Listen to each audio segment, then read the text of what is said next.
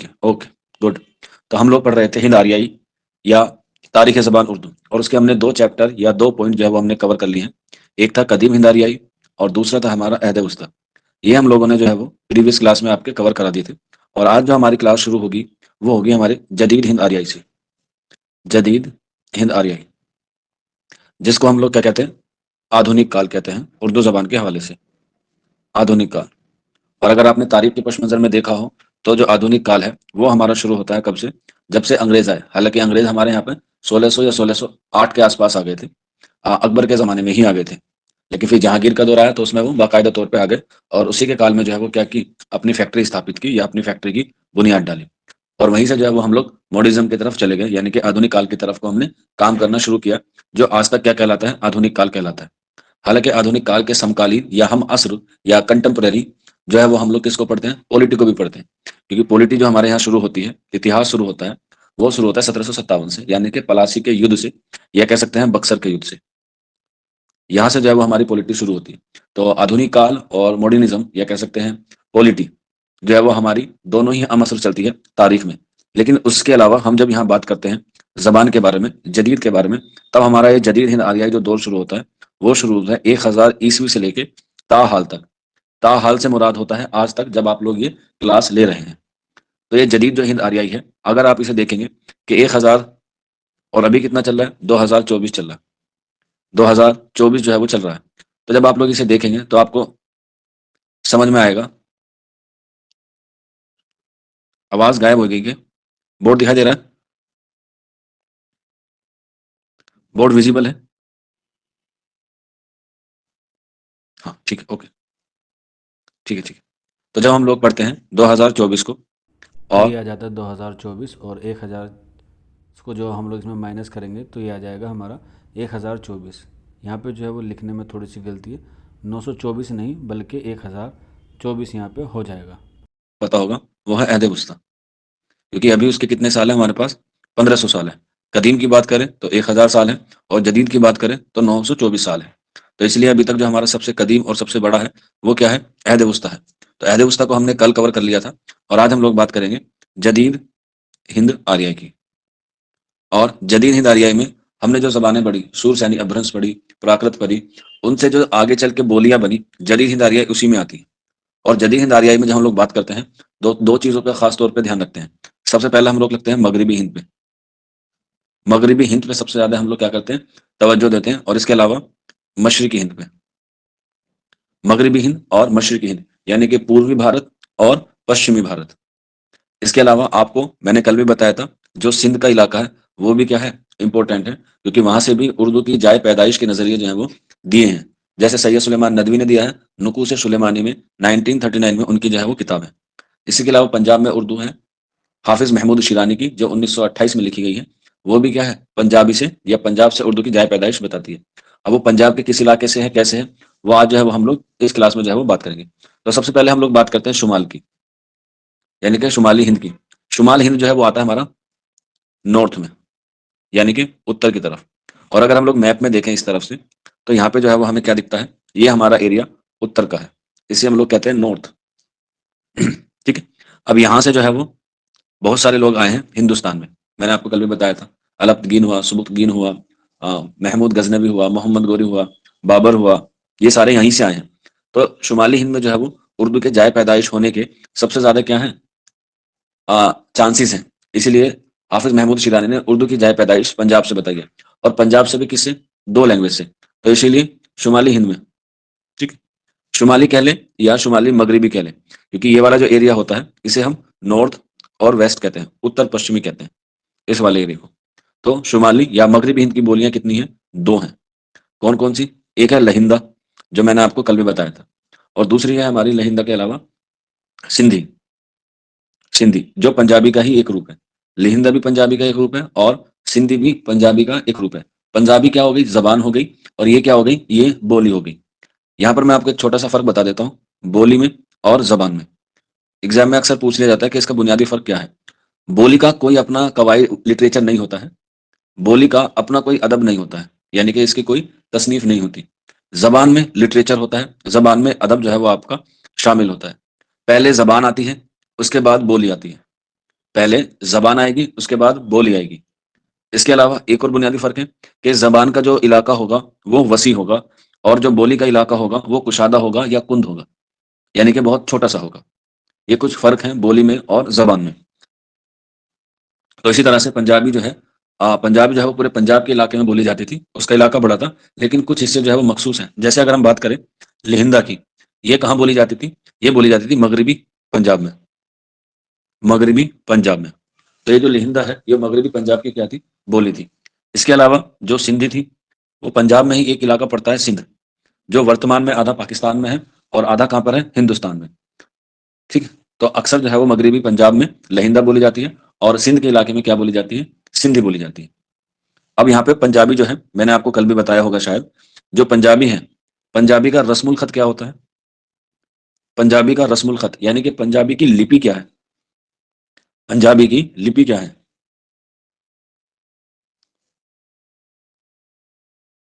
कोई बच्चा जवाब दे, पंजाबी की लिपि क्या है? अगर किसी बच्चे को नहीं पता तो वो एन लिख सकता है, घबराने की, परेशान होने की कोई बात नहीं है।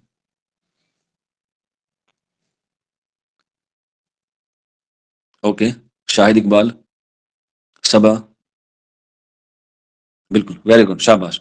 फिरदौस ने सही जवाब दे दिया है, आंसर हो जाएगा गुरुमुखी। याद रखना, इसका रस्मुल खत है गुरुमुखी। और हिंदी का रस्मुल खत क्या है? देवनागरी। इंग्लिश का क्या है? रोमन। और उर्दू का है नस्तालिक या खत नस्तालिक। ये आप लोग जो है वो याद रख लेना, क्योंकि इनसे ही क्या होता है, एक दो क्वेश्चन बन जाता है। तो ये दो जबानें हुई या दो बोलियां हुई शुमाली मगरबी हिंदुस्तान में। शुमाल के बाद हम लोग जाते हैं साउथ में, यानी कि जनूब में, यानी कि जनूब में, या कह सकते हैं जनूबी हिंद। जनूबी हिंद में एक ही जबान जो है वो ज्यादातर बोली गई है और उसी की बोली है, और वो है हमारी मराठी। यही जबान है, यही बोली है दक्कन की उस वक्त तक। और इसे जो है वो मराठी को हम लोग क्या कहते हैं? महाराष्ट्र की जबान कहते हैं। क्या कहते हैं? महाराष्ट्र की जबान कहते हैं। और मैंने पहले भी बताया आपको कि महाराष्ट्र को हम लोग किसकी जबान कहते हैं? मौसिकी। क्या कहते हैं? मौसिकी कहते हैं। मराठी की जबान को मौसिकी की जबान कहते हैं। और इसमें सबसे ज्यादा क्या है? वोवल्स हैं। मराठी में सबसे ज्यादा वोवल्स हैं। हालांकि अगर हम बात करें उर्दू में, उर्दू में जो वोवल्स हैं वो तीन हैं, अलिफ, वाव और या। ये तीन वोवल्स हैं। और जैसा आपको पता है, संस्कृत हिंदी में होते हैं स्वर और व्यंजन, इंग्लिश में होते हैं वोवल्स और कॉन्स्टेंट, उर्दू में भी होते हैं मुसम्मे और मुसव्वते। ठीक है, वो हम लोग जब आगे क्लास में करेंगे इस पर और डिस्कस करेंगे। तो ये हुर्फ इल्लत तीन होते हैं। अगर पूछा जाए कि हुर्फ इल्लत की शक्लें कितनी हैं, तो 10 होती हैं। हुर्फ इल्लत तीन है, लेकिन अगर पूछा जाए कि इनकी शक्लें कितनी हैं, तो इनकी शक्लें 10 हैं। चलिए फिर, इसके बाद मराठी हो गई। मराठी के बाद हम लोग चलते हैं अपना इस तरफ, मशरकी हिंद की खास बोलियों की तरफ। मशरकी हिंद, क्योंकि पूर्व हो गया, सॉरी उत्तर हो गया, दक्षिण हो गया, अब चलते हैं मशरिक की तरफ। तो मशरकी हिंद की कितनी बोलियां हैं? मशरकी हिंद की बोलियां हैं तीन। और डबल स्टार बना के लिख लेना, ये एग्जाम में जो है वो आपसे जरूर पूछा जाएगा। मशरकी हिंद की कितनी बोलियां हैं? तो तीन बोलियां हैं, जिसमें पहला आता है अवधी, दूसरा आता है बघेली, और तीसरा आता है आपका छत्तीसगढ़ी। छत्तीसगढ़ी, ठीक है। ये हमारी मशरकी हिंद की बोलियां हैं, यानी कि जो हमारे पूर्व का इलाका है, अवधी, बघेली और छत्तीसगढ़ी। शुमाल हो गया, जुनूब हो गया, दक्कन हो गया, और अब वो मशरिक हो गया। अब हमारे पास पड़ता है एक, जिसे हम लोग कहते हैं क्या? मगरिब। अब हम बात करते हैं मगरिबी हिंद की, जो एग्जाम के एतबार से सबसे इंपॉर्टेंट है, और यहीं से जो है वो उर्दू की जाय पैदाइश हुई है, ऐसा लोग जो है वो मानते हैं। मगरिबी हिंद में कितनी बोलियां हैं और उसको किन किन इदवार में तकसीम किया गया, वो सारी चीजें जो है वो मैं आपको बताऊंगा। तो मगरिबी हिंद की सबसे अहम सवाल आता है, कितनी बोलियां हैं? तो 5 बोलियां हैं। 5 बोलियां हैं, कौन कौन सी? सबसे पहला आता है हमारी खड़ी बोली, जो हमने सूर सैनी अभ्रंश में पढ़ा था। ठीक है, ये यहीं से निकली है। सबसे पहला आता है खड़ी बोली। इसके बाद आता है हरियाणवी। हरियाणवी, हरियाणवी के बाद आता है हमारे पास बुंदेली। बुंदेली, बुंदेली के बाद आता है हमारे पास कन्नौजी। खड़ी बोली, हरियाणवी, कन्नौजी, बुंदेली, और लास्ट आता है हमारे पास ब्रिज भाषा। क्या आता है? ब्रिज भाषा। तो ये जो है वो आपको क्या करना है, एग्जाम के हवाले से याद रखना है। पहला सवाल बनता है मगरिबी हिंद की कितनी बोलियां हैं, तो आप बताएंगे सर 5 हैं। कौन कौन सी हैं? खड़ी बोली है, हरियाणवी है, बुंदेली है, कन्नौजी है और ब्रिज भाषा है। तो ये 5 बोली हैं आपकी मगरिबी हिंद की। और हमारी जो उर्दू निकली है वो कहाँ से निकली है? खड़ी बोली से। मैंने आपको एक जमानी तरतीब लिखवाई थी, तो उसमें सेकंड लास्ट उर्दू ही था। तो अब ये जो है खड़ी बोली निकली है, इसको हम लोग आगे करेंगे और इसकी जो खुसूसियत है उस पर भी मैं आपको अलग से एक पर्टिकुलर क्लास दूंगा। अभी हम लोग जदीद हिंद आरियाई पे फोकस करते हैं। तो ये जो मगरबी हिंद की 5 बोली मैंने आपको लिखवाई, जिसमें खड़ी बोली, हरियाणवी, बुंदेली, कन्नौजी और ब्रजभाषा, इनको जो है वो लिसानी एतबार से जो है वो 2 इतवार में तकसीम किया है। कितने इतवार में? 2 इतवार में। जैसे मैंने आपको बताया था ना एक बार सूती, और एक बताया था आपको सर्फी, और एक बताया था नवी। तो ये जो सूती होता है ये होता है तलफ़ुज़ के एतबार से, यानी कि प्रोनंसिएशन के एतबार से। तो जो चीज़ हम लोग पढ़ते हैं, जो चीज़ हम लोग उसको इतवार में तकसीम करते हैं लिसानी एतबार से, उसमें जो अहम होता है वो सूती होता है, जिसे हम लोग कहते हैं सूतियात। यानी कि आवाज़ में, जैसे अगर हम बात करें, मैं आपको बोल रहा हूँ तो मेरे होंठ, मेरे दाँत, मेरी जीभ, मेरी कंठ, मेरा गला, ठीक है, मेरा हलक, मेरा तालु, ये सारी चीज़ें क्या रखती हैं? मायने रखती हैं। एग्ज़ाम में 1-2 क्वेश्चन आ सकता है कि बताइए ये जो बा है ये कैसा हर्फ है? या ये जो काफ है या जो शीन है ये कैसा हर्फ है? आप लोगों ने हिंदी में भी पढ़ा होगा अघोष, ठीक है, सघोष, ठीक है। इसी तरह से और भी सारी चीजें होती हैं, कै वर्ग होता है, चे वर्ग होता है, कौन सा हर्फ की कहाँ से अदायगी होती है। तो ये सारी चीजें जो है वो सूतियात में आती हैं। तो इन्हीं सूतियात के मद्देनजर रखते हुए मगरबी हिंद को हम लोग किस में बांटते हैं? 2 इतवार में तकसीम करते हैं। और इसको किसने तकसीम किया है तो याद रख लेना, वही हमारे माहिरीन लिसानियात हैं उर्दू में, गैरिसन। और उन्होंने 2 इतवार में तकसीम किया है इन 5 जबानों को, जिसमें पहले आती है हमारी ब्रजभाषा। एक है ब्रजभाषा, फिर उसके साथ है हमारे पास बुंदेली, और बुंदेली के साथ है कन्नौजी।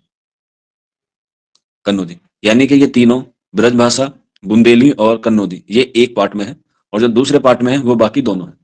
कौन कौन सी है? पहले आ गई हमारी खड़ी बोली, और दूसरी आ गई हमारी हरियाणवी, ठीक है, हरियाणवी। तो ये दोनों बोली आ गई हमारी कैसे एतबार से? लिसानी एतबार से कह सकते हो, या फिर हम लोग इसे कह सकते हैं सूती एतबार से। अब इनमें फर्क क्या है पार्ट ए और पार्ट बी में? पार्ट ए में है ब्रजभाषा, बुंदेली और कन्नौजी। तो ये कैसी आवाज देते हैं? ये आवाज देते हैं ऊ की, अलिफ और वाव ऊ की। इधर को अयू, उधर को जयू, खाना खयू। तो ये जो आवाज देते हैं ये ऊ की आवाज देते हैं इन द लास्ट। जब कोई जुमला पूरा होता है तो उसमें हम आवाज आती है ऊ की। अभी जो खड़ी बोली है ये हरियाणवी बोली है, ये है अक्खड़ जबान। अक्खड़ जबान से मुराद होता है खड़ी जबान, यानी कि जिसमें भारीपन हो, और जिसके लास्ट में ज्यादातर क्या आता है? अलिफ आता है, और इसीलिए ये आ की आवाज देता है। ठीक है, जैसे आपने सुना होगा किधर को जा रहा, इधर को आजा, पागल मत बना। तो इसमें आप लास्ट में देखेंगे तो ज्यादातर आपको अलिफ ही नजर आएगा। तो ये जो ऊ की आवाज देती है उसे हम लोग कहते हैं ब्रजभाषा, बुंदेली और कन्नौजी। और जो खड़ी जबान है, या कह सकते हैं हमारे पास आ की आवाज देता है, वो होता है हमारा खड़ी बोली और हरियाणवी। आपने देखा होगा ना जाटों की जबान, आपने सुनी होगी, जाट के ठाठ। तो इसमें जो आवाज होती है या जो अल्फाज होते हैं वो भारी भरकम होते हैं। जैसे आपने वो फिल्म देखी होगी दंगल या सुल्तान, उसमें क्या है वो प्योर हरियाणवी बोली जाती है, खड़ी जबान बोली जाती है। और ये जो खड़ी जबान है और ये हरियाणवी जो है वो मगरबी हिंद के आसपास के इलाकों में ही बोली जाती है। और ये जो खड़ी बोली है, अगर इसका पर्टिकुलर एरिया पूछा जाए, क्योंकि उर्दू यहीं से निकली है, तो ये दिल्ली के जो आसपास का इलाका है, जैसे सहारनपुर हुआ, मुजफ्फरनगर हुआ, मेरठ हुआ, ठीक है, बागपत की तरफ हुआ, बड़ौत हुआ, यहाँ पर जो है वो आज भी खड़ी बोली बोली जाती है। ये पड़ता है वेस्टर्न यूपी की तरफ। तो यहीं से जो है वो उर्दू की जाए पैदाइश मानी जाती है। वो कैसे मानी जाती है वो हम लोग जब नजरियात पे गुफ्तगू करेंगे तब उसके बारे में बताऊंगा। यहाँ पे एक जबान और आपके लिए अहम है, वो है हरियाणवी। क्योंकि एग्जाम में अक्सर इसका दूसरा नाम पूछा जाता है कि हरियाणवी का दूसरा नाम क्या है, तो इसका दूसरा नाम है दो। हरियाणवी का पहली है जाटो, यानी कि ये जाट से बना है। ठीक है, ये एक कास्ट होती है जाट, मुस्लिम में भी होती है और नॉन मुस्लिम में भी पाई जाती है जाट, जो चौधरी लगाते हैं अपने नाम के आगे। ठीक है, तो हरियाणा में ज्यादा जाट होते हैं तो इसलिए इसे हमने क्या नाम दे दिया? जाटू। और इसी के अलावा इसका एक दूसरा नाम होता है जिसको हम लोग कहते हैं बांगड़ू। ठीक है, क्या है? बांगड़ू। तो ये हो गई आपकी मगरबी हिंद की 5 बोलियां गैरिसन के मुताबिक, ब्रजभाषा, बुंदेली, कन्नौजी, खड़ी बोली और हरियाणवी। इसीलिए दोनों पार्ट में से, पार्ट 1 में से मोहम्मद हुसैन आजाद ने किसको लिया है? ब्रजभाषा को। और ब्रजभाषा कहाँ की जबान है? अगर हम उसका एक पर्टिकुलर मखसूस इलाका तय करें तो ब्रजभाषा कहाँ की है? आपको पता होगा ब्रजभाषा बोली जाती है ज्यादातर वृंदावन में आसपास, यानी कि वृंदावन कहाँ है? मथुरा में। ठीक है, तो ये बात आप लोग याद रख लेना। और इन 5 जबान में उर्दू के लिहाज से या तो ब्रजभाषा इंपॉर्टेंट है या खड़ी बोली इंपॉर्टेंट है, हम दोनों को पढ़ेंगे। बाकी का ताल्लुक जो है वो कम है। इसके अलावा हमारे पास चारों दिशाएं हो गई, नॉर्थ हो गया, साउथ हो गया, ईस्ट हो गया और वेस्ट हो गया। अब हमारा बचता है सेंटर, जिसे हम लोग कहते हैं मध्य देश। ठीक है, क्या कहते हैं? मध्य देश, जो हमारा सेंटर ऑफ अट्रैक्शन होता है, मध्य देश। इसमें भी जो है वो काफी सारी जबानें बोली जाती है मध्य देश में। ठीक है, खासतौर पर दो जबानें जो है वो इसमें अहम है मध्य देश में, एक है गुजराती और दूसरा है हमारा राजस्थानी। मध्य देश यानी कि जो हमारे देश का सेंट्रल है वो है हमारे पास गुजराती और राजस्थानी। ठीक है। अब राजस्थानी की भी अपनी अलग अलग बोलियां हैं, हालांकि एग्जाम में पूछी नहीं जाती है, लेकिन मैं सिर्फ आपको बता रहा हूँ। ठीक है। क्योंकि हो सकता है कोई बच्चा राजस्थान पब्लिक सर्विस कमीशन का जो है वो एग्जाम की प्रिपेयर कर रहा हो, तो उसमें भी जो है वो ये एग्जाम में पूछ लिया जाएगा, क्योंकि उर्दू के हवाले से है, तो ये बता रहा हूँ राजस्थानी बोलियां कौन कौन सी है। जैसे इसमें हमारी चार जो है वो अहम आती हैं, चार बोलियां जो अहम आती हैं। जैसे पहली आ जाती है हमारी मारवाड़ी, मारवाड़ी। इसके अलावा मालवी, इसके अलावा जयपुरी, जयपुरी। और इसके बाद आ जाती है हमारे पास मेवाती, जो मेवात का इलाका है, जो हरियाणा से लगा हुआ है। तो ये क्या हो गई, ये मध्य देश की, राजस्थान की चार बोलियां होंगी। पहले हमने मध्य देश में एक इलाका तय किया राजस्थान, और फिर राजस्थान में हमने उनकी इलाकतन जो है वो क्या कर दी, चार बोलियों को तकसीम कर दिया। ठीक है। गुजराती भी है, गुजराती को हम लोग पहाड़ी जबान भी कहते हैं या मगरबी पहाड़ी भी कहते हैं। ठीक है। कभी कभी एग्जाम में पूछ लिया जाता है कि मध्य देश में जो पहाड़ी बोलियां हैं उनकी कौन सी शक्लें जो है वो इंपॉर्टेंट है, जिन्हें हम लोग बोलते हैं दरमियानी पहाड़ी। ये मध्य देश में ही आती हैं, दरमियानी पहाड़ी। उसमें दो हैं पहाड़, हमारे पास दो होते हैं। जैसे उत्तराखंड का इलाका है, उत्तराखंड में दो जबानें जो है वो इंपॉर्टेंट है, और दो क्षेत्र या दो एरिया बहुत इंपॉर्टेंट है। जैसे एक होता है कमायूनी या कुमायूनी, और दूसरा होता है गढ़वाली। क्या होता है, गढ़वाली। ये दोनों दरमियानी पहाड़ी की बोलियां बोली जाती हैं मध्य देश में। इलाका पूछे तो उत्तराखंड के आसपास का इलाका वहां पे जो है वो आता है। तो ये पहाड़ी बोलियां होती हैं कुमायूनी और गढ़वाली। चांसेस कम है, लेकिन आप लोग जो है वो याद रख लीजिएगा, अगर एग्जाम में इस तरह से पूछें तो आपको याद होना चाहिए। ठीक है। तो ये हमारे गैरीसन ने, माहिरीन लिसानियात ने जो है वो ये सारी चीजें जो है वो आपको बताई है। ठीक है। ये गैरीसन ने बोलियां बताई हैं, जबानें बताई हैं। इसी के अलावा गैरीसन ने और इस पे ज्यादा रोशनी डालने के बाद इसे जो है वो दो इदवार में तकसीम किया है। जदीद हिंद आरियाई को ही बोल रहा हूं मैं। दो इदवार में तकसीम किया है, और वो क्या है, अंदरूनी और बैरूनी। बैरूनी से मुराद होता है विदेशी, और अंदरूनी से मुराद होता है स्वदेशी। तो कुछ जबानें या कुछ बोलियां जो है वो गैरीसन ने बैरूनी बताई हैं, और कुछ जो है वो क्या बताई हैं, अंदरूनी बताई हैं। ठीक है। तो पहले हम लोग जो है वो लिखेंगे बैरूनी, यानी कि जो विदेशी बताई है। बैरूनी जबानें गैरीसन के मुताबिक है। ये जदीद हिंद आरियाई की बात कर रहा हूं मैं। ठीक है। बाकी प्राकृत में नहीं, सिर्फ जदीद हिंद आरियाई को गैरीसन ने बैरूनी और अंदरूनी में भी जो है वो बांटा है या तकसीम किया है। ठीक है। जिसमें अगर हम बात करें बैरूनी की, तो बैरूनी में जो है उसने माना है लहिंदा को और सिंधी को, लहिंदा को, सिंधी को, मराठी को। ठीक है, मराठी को। इसके बाद अवधी, अवधी के बाद बघेली, बघेली और छत्तीसगढ़ी, और छत्तीसगढ़ी। ये क्या है, इसकी बैरूनी जबानें हैं गैरीसन के मुताबिक। इसी के अलावा कुछ और हैं, जैसे आसामी, उड़िया, उड़िया, बंगाली और बिहारी। ये कुछ जबानें हैं जो गैरीसन ने बैरूनी बताई हैं, जो है वो बैरूनी बताई है। लहिंदा, सिंधी, मराठी, अवधी, बघेली, छत्तीसगढ़ी, आसामी, उड़िया, बंगाली और बिहारी। ये किस बिना पे बताई हैं, ये जो है उसने अपने इलाकाई एतबार से, अपने रिसर्च के मुताबिक जो है उसने उनको बैरूनी बताई है। यानी कि ये जबानें जो है वो बाहर से आई हैं। इसका मतलब ये है गैरीसन के मुताबिक। ठीक है। अब बैरूनी हो गई, तो अब इसका बताना है हमारे पास अंदरूनी। अंदरूनी यानी कि जो चीज हमें अंदर से मिली हो, या जिसको हमने अंदर से पैदा किया हो। तो अंदरूनी में जो है वो मगरबी हिंद की पांचों बोलियां हैं। अंदरूनी में मगरबी हिंद की पांचों बोलियां हैं। अब देखते हैं कौन बच्चा मुझे रिपीट करके फटाफट बताएगा कि मगरबी हिंद की पांच बोलियां कौन कौन सी हैं।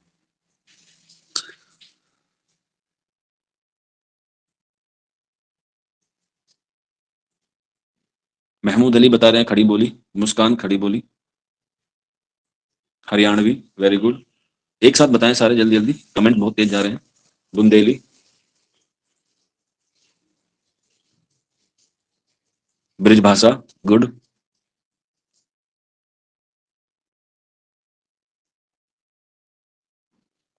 सबा ने बताया खड़ी बोली, हरियाणवी, ब्रजभाषा, कन्नौजी और बुंदेली। वेरी गुड, शाबाश। तो ये क्या हो गई, ये मगरबी हिंद की जितनी बोलियां हैं वो पांचों की पांचों हमारे किस में आती हैं, अंदरूनी में आती हैं। इसी के अलावा और भी हैं, जैसे गुजराती और राजस्थानी, और जो मैंने आपको लिखवाया दरमियानी पहाड़ी, वो सारी वो किस में आती हैं, वो आती हैं अंदरूनी जबान। वो आपसे पूछ लेगा बताइए मंदरजा झेल में से किसका ताल्लुक बैरूनी जबान से है। तो मगरिबी हिंदी, गुजराती, राजस्थानी और पहाड़ी, इनका ताल्लुक अंदरूनी से है, बाकी इनके अलावा किससे है? बैरूनी से है। तो इसलिए आप लोग इन दो बातों को जो है वो खास तौर पे याद रख लें, ठीक है। और फिर यहीं से जो है वो हमारे नजरियात शुरू हो जाते हैं, क्योंकि हमारे पास आ गई है ब्रिज भाषा आ गई है और हमारे पास खड़ी बोली आ गई है। और यहीं से जो है वो हमने क्या पढ़ा? हमने पढ़ा उर्दू, क्योंकि उर्दू का सबसे ज्यादा ताल्लुक कहाँ से है? हमारे पास खड़ी बोली से। और यहीं से फिर हमारे शुरू होते हैं क्या? नजरियात, जहां से लोग अपने अपने नजरियात जो है वो पेश करने की शुरू करते हैं। अब नजरियात शुरू करने से पहले मैं आप लोगों से पूछना चाहता हूं कि उर्दू का जो सबसे पहले जिक्र है, उर्दू का सबसे पहले जिक्र कहाँ मिलता है या किसने किया है? या किसने किया? उर्दू का सबसे पहले जिक्र कहाँ हुआ और किसने किया?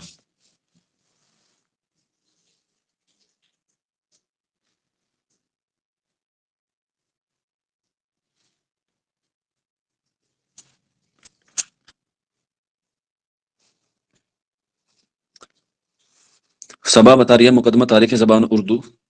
ओके, चलिए कोई बात नहीं, मैं आपको बताता हूँ।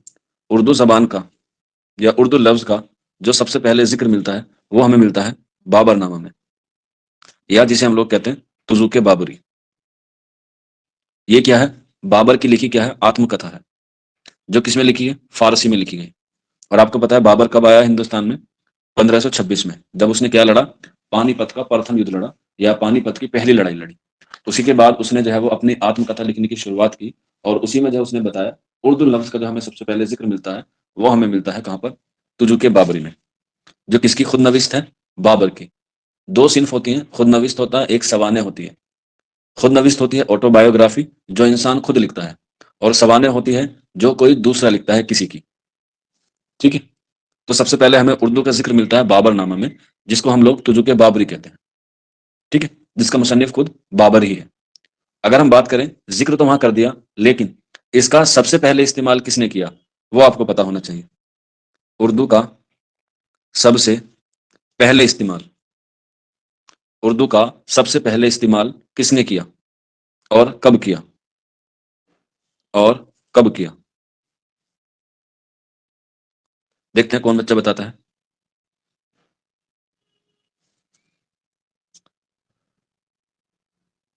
चलिए मैं ईयर का आपको ऑप्शन दे देता हूं, जिससे आपको जो है वो थोड़ा सा आइडिया लग सकता है, ठीक है। 1730, 1740, 1750 और 1760। Option A, option B, option C, option D, ये चार ऑप्शन है। उर्दू का सबसे पहले इस्तेमाल, ठीक है, ओके। बेटा ऑप्शन में से बताना है फिर दोस्त। यहां मैं दौर नहीं पूछ रहा हूं, यहां मैं ईयर पूछ रहा हूं, कब किया गया, किसने किया वो तो मैं आपको बताऊंगा।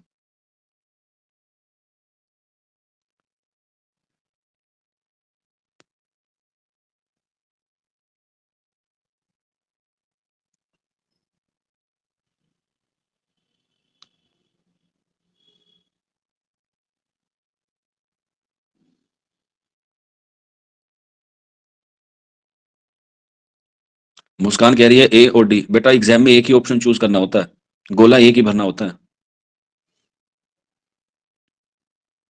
चलिए कोई बात नहीं, आप लोगों ने अच्छी कोशिश की। तो इसका जो सही आंसर आ जाएगा वो आ जाएगा हमारा निकल के ऑप्शन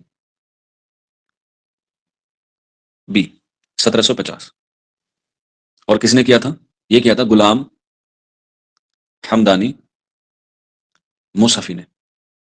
उर्दू का सबसे पहले इस्तेमाल किया था गुलाम हमदानी मुसफ़ी से, क्योंकि इससे पहले जो हम लोग इसे अलग अलग नामों से जो है वो जानते थे। उर्दू को जो हमने पढ़ा, उर्दू को जो हमने जाना, वो जाना यहाँ पर 1750 में गुलाम हमदानी मुसफ़ी के हवाले से। और मैंने आपको जो है वो उर्दू के इब्तिदाई नाम भी लिखवाए थे, एक बार फिर दोबारा से लिखवा देता हूँ, जैसे हिंद या हिंदवी या हिंदुस्तानी, ये उर्दू के इब्तिदाई नाम है। हिंदी, हिंदवी, हिंदुस्तानी, रेख्ता।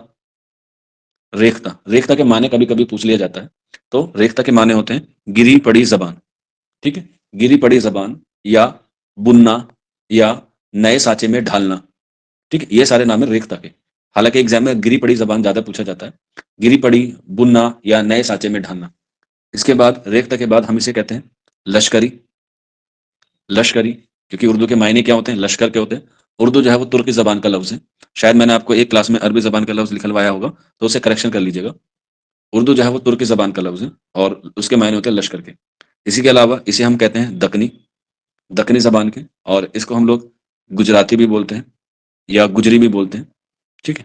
गुजरी ज़्यादा बढ़िया रहेगा गुजराती से छोड़ के, गुजरी कर लीजिएगा। गुजरी के बाद हम लोग इसे जानते हैं उर्दू मुअल्ला। उर्दू मुअल्ला का मतलब होता है शाही दरबार से, शाही फ़ौज की ज़बान, और ये कब बनती है? जब शाहजहाँ होता है, क्योंकि शाहजहाँ के दौर में ही उर्दू का नाम हो जाता है, उर्दू मुअल्ला हो जाता है, ठीक है? और उसके बाद हमारे पास आ जाते हैं इस्लाही ज़बान। इस्लाही ज़बान, एग्ज़ाम में अक्सर क्वेश्चन पूछा जाता है कि इस्लाही ज़बान की शुरुआत कहाँ से हुई? इस्लाह की ज़बान कहाँ से शुरू हुई? तो इस्लाह की जो ज़बान की शुरुआत हुई, वो हुई लखनऊ से, और लखनऊ में भी किसने की? इमाम बख्श नासिख ने की थी। और ये किसके जवाब में की थी? हयाम गोई के जवाब में जो है वो इन्होंने शुरू की थी। इमाम बख्श नासिख, और इन्होंने ही उर्दू को इस्लाही ज़बान कहा है, नासिख ने। और उर्दू किसने कहा है? गुलाम हमदानी मुस्तफ़ी ने, क्योंकि उससे पहले उर्दू के ये जो क्या थे, अलग-अलग नाम थे, ठीक? इसी के अलावा इसके बाद अंग्रेज आ गए, तो अंग्रेजों ने इसे हिंदुस्तानी कहा।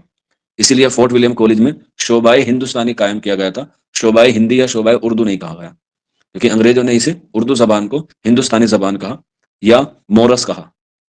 मोरस, मीम वाव रा और सीन, मोरस, ये दोनों नाम जो है वो हमें किसमें देखने को मिलते हैं? अंग्रेजों के हवाले से देखने को मिलते हैं, ठीक है? और इस उर्दू को सरकारी ज़बान कब बनाया गया? 1832 में। मोस्ट इंपोर्टेंट है, ध्यान रखना। 1832 में उर्दू को सरकारी ज़बान बनाया गया। इससे पहले क्या थी? इससे पहले थी हमारी फ़ारसी ज़बान। जो सरकारी ज़बान थी, वो पहली थी। 1832 में इसको क्या किया गया? सरकारी ज़बान बनाया गया। और आज जब आप क्लास ले रहे हैं, तो 6 ऐसे राज्य हैं, 6 ऐसे स्टेट हैं, जहाँ पर उर्दू दफ़्तरी ज़बान है। क्या है? दफ़्तरी ज़बान है। अब ये 6 स्टेट कौन-कौन से हैं, ये आप मुझे जो है वो ज़रूर बताएँगे। ये आपको मैं कल की क्लास में जब शुरू होगी, तब आप लोगों से इसके बारे में इन्फॉर्मेशन लूँगा या मालूमात करूँगा। ये आप लोगों का एक तरीके से होमवर्क है कि 6 ज़बानें कौन-कौन सी हैं। सॉरी, 6 स्टेट कौन-कौन से हैं, जहाँ पर उर्दू को जो है वो दफ़्तरी ज़बान का दर्जा मिला हुआ है। यहीं पर मैं आप लोगों से एक क्वेश्चन और पूछता हूँ कि आप लोग जो है वो कल संविधान दिवस मनाएँगे, सॉरी, संविधान दिवस कह रहा, गणतंत्र दिवस मनाएँगे, रिपब्लिक डे मनाएँगे, जिस पे हम लोग क्या करने वाले हैं? सेलिब्रेट करने वाले हैं। संविधान को लागू हुए काफ़ी अरसा हो जाएगा, 1950 से लेके 2024 आ गया। तो मुझे ये बताइए कि जब संविधान बना, उसमें एक भाषा थी, क्योंकि भाग हैं, हमारे संविधान में 22 भाग हैं, ठीक है? 12 अनुसूचियाँ हैं और तकरीबन 365 के आसपास या 395 के आसपास हमारे क्या हैं? आर्टिकल हैं, अनुच्छेद हैं। तो मुझे ये बताइए कि जब संविधान बना, तो उसमें उर्दू वाले भाग में, सॉरी, उर्दू वाला भाग नहीं, लैंग्वेज वाला जो भाग था, उसमें उर्दू शामिल थी या नहीं थी? उर्दू शामिल थी या नहीं थी?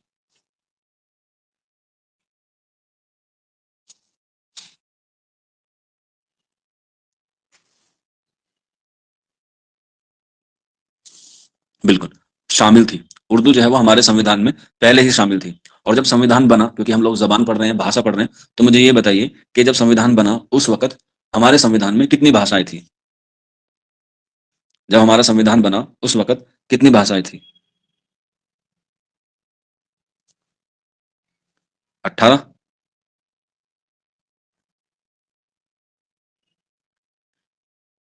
कन्फर्म है 18 है? 18 के बाद तो बेटा बहुत सारी जोड़ी गई हैं। बेटा जब हमारा संविधान बना, तब उसमें 14 भाषाएँ थी, जिसमें हमारी उर्दू जो है वो शामिल है। और ये जो आती है हमारी 8वीं अनुसूची में आती है भाषा। और अभी वर्तमान में 22 लैंग्वेज हैं। जब आप लोग सीटेट का एग्ज़ाम देते हैं, तो इन्हीं 22 लैंग्वेज में जो है वो आता है, ठीक है? 22 लैंग्वेज में आता है। तो अभी वर्तमान में कितनी भाषाएँ हैं हमारे संविधान में? 22 भाषाएँ हैं, ठीक है? 22 भाषाएँ हैं, जिसमें एक आर्टिकल सबसे इम्पोर्टेंट होता है, 343, 343 आर्टिकल इम्पोर्टेंट है, जो हमारी क्या कहता है? राष्ट्रीय भाषा के लिए बताता है, ऑफ़िशियल लैंग्वेज के लिए बताता है। और हमारी ऑफ़िशियल लैंग्वेज कौन-सी है? स्क्रिप्ट, हिंदी या देवनागरी। हिंदी या देवनागरी, ठीक है? ये ज़बान के हवाले से कुछ बातें थी। आपको मैंने होमवर्क जो दिया है, वो आप लोग जो है वो नोट कर लीजिए, ठीक है? इसके अलावा कल जब हम लोग क्लास में शुरू करेंगे, तो हम लोग पढ़ेंगे नज़रियात का, ठीक है? नज़रियात। किसी बच्चे का कोई डाउट हो, कोई क्वेरी हो तो पूछ सकता है।